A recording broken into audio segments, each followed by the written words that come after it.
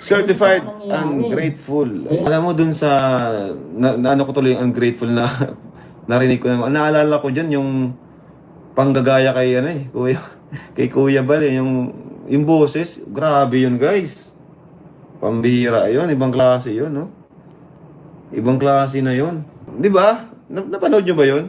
Palibasa ngayon lang ako nakapag-live ngayon ko lang kayo nakakwentuhan. Yung ginaya yung boses ni Kuya Bal. Nila yun? Di mo akalain, di ba, na magagawa. Ngayon ako, iba talaga guys. Daming realization, di mo talaga masabi. Nung akala mo noon na tatahimik, mahinhin. Tapos, ngayon, ganun yung, magagawa yung ganun. Okay lang yung sumagot ka sumagot ka sa issue lang, di ba? Sumagot ka sa issue, pagtanggol mo kung sino man, sarili mo, sino. Pero yung kasing panggagaya sa boses, ibang klaseng pagiging disrespect na yung ganun eh. 'Di ba? Sa una-una matanda na. I mean, mas matanda sa iyo tapos at isa pa ano 'yan, head ng Team Kalingap, yung community na naging rason kung bakit nabago yung buhay.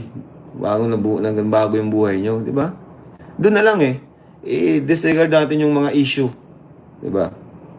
Kasi lahat naman talaga nabash di lang naman sila nabash. So, ibang klase talaga yun, guys. Wala akong sobrang sabi ko, nagulat ako doon. Paano niya nagawa yun? Walang respect as in. No respect at all.